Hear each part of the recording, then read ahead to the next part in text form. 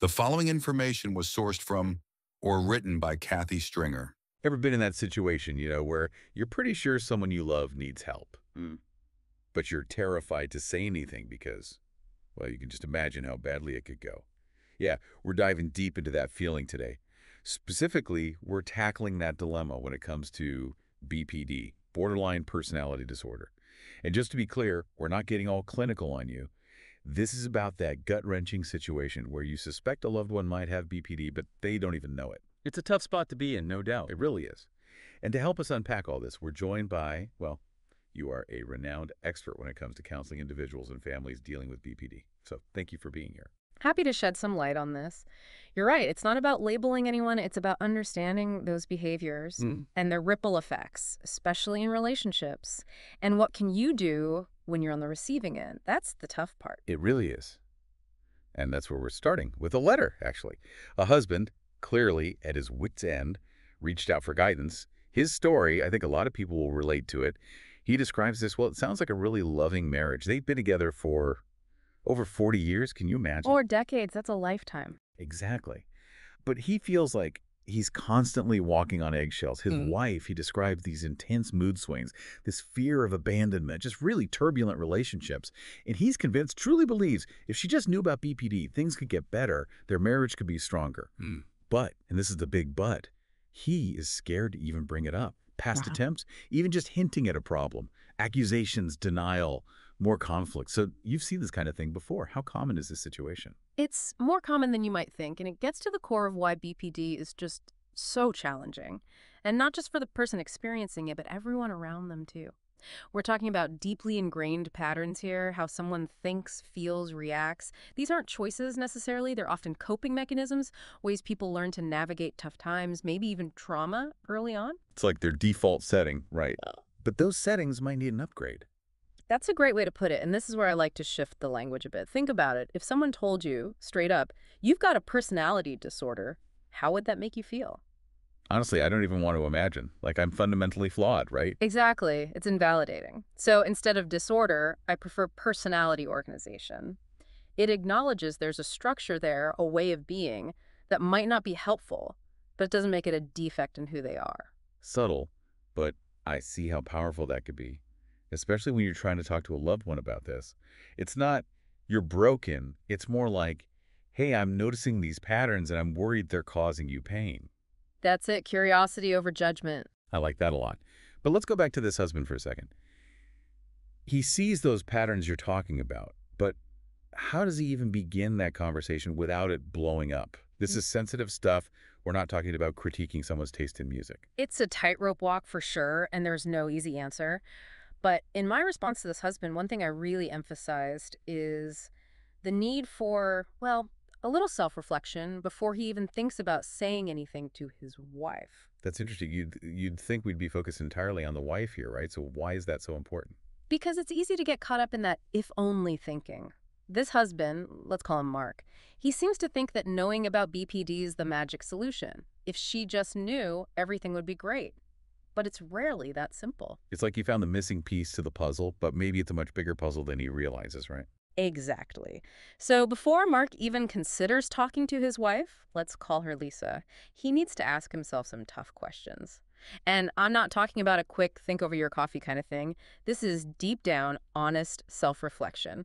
Like, one of the first things I asked him was, were these patterns there all along, even before you got married? Oh, wow. Why is that so important? Because if those behaviors have always been there, it means, consciously or not, Mark signed up for this when he said, I do.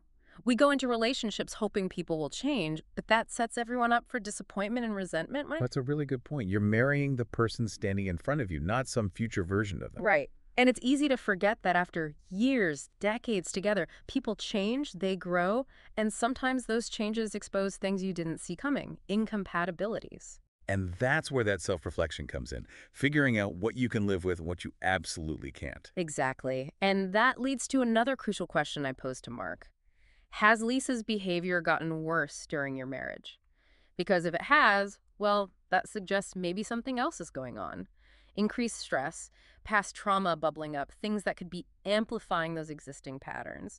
And that's where getting help together as a couple can be really, really beneficial. So it's not about fixing Lisa. It's about giving both of them tools to handle things differently, to communicate better. Exactly. Couples therapy, it's not a magic wand, but it can create a space for healing and growth. All right. But that only works if Lisa's on board, willing to participate. And that brings up another big question. How likely is it that your partner is going to be open to the idea of therapy, to even acknowledging there might be a problem? Because if she's resistant, if she shuts down the conversation entirely, then what? He can't force her to change, no matter how much he loves her or how much he thinks it would help. You hit the nail on the head. You can't control other people, only how you respond. And that's where this idea of value for value comes in, which I talk about a lot with people in Mark's shoes. Okay, let's break that down a bit. Value for value in a relationship, what does that even mean? It's about taking stock, honestly, of what you're giving and getting in that relationship. Are your needs being met? Are you happy? Are you getting back as much as you're putting in? For Mark, it's about asking himself, am I getting enough from this relationship as it is to stay, even if Lisa never changes? That's a tough question, and probably one that a lot of people listening have asked themselves at some point, even if it's not about BPD. It's about boundaries, self-respect, knowing your own limits. Okay, so we're back, and I gotta say, this whole conversation, it really makes you think about that line between, loving someone and protecting yourself. It's a tough one. We've been talking about what happens when you think someone you love might have BPD, but they don't see it. And sometimes the hardest conversations aren't with them, they're with ourselves, right? Absolutely. You've got to be honest with yourself first. And we've covered a lot of ground, haven't we? The power of language, ditching personality disorder for something like personality organization. And that self-reflection, so important before you even think about talking to your loved one. But let's say someone's listening, they've done that work, and they feel like, yeah, I need to have this conversation. What then? How do you even start a conversation like this without it blowing up? Because this is big stuff, right? This isn't like, hey, can you pick up a different milk next time? It's about ingrained behaviors, vulnerabilities, and the potential for things to go really, really badly. You're not wrong. It can be like navigating a minefield. But there are ways to approach these conversations to make them more about compassion and less about blame. One of the biggest things is to avoid those you statements, those accusations.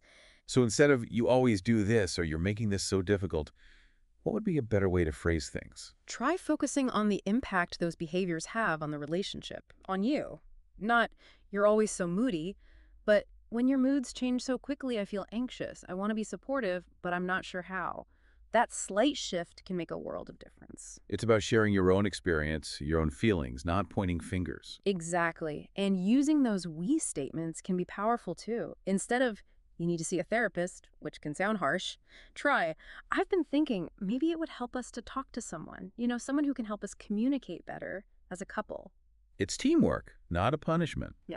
Okay, these are great strategies, but what if, even after all that, a loved one just refuses to admit anything's wrong, refuses therapy, the whole 9 yards? What then?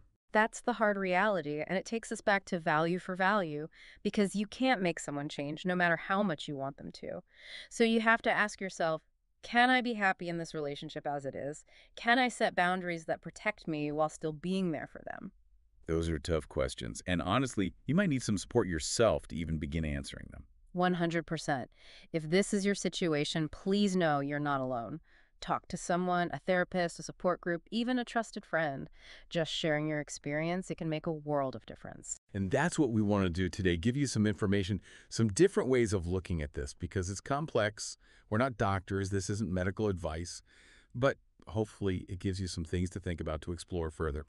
I know I'm walking away thinking about value for value. Am I getting what I need in my relationships? Am I giving more than I'm getting? Tough questions, but important ones.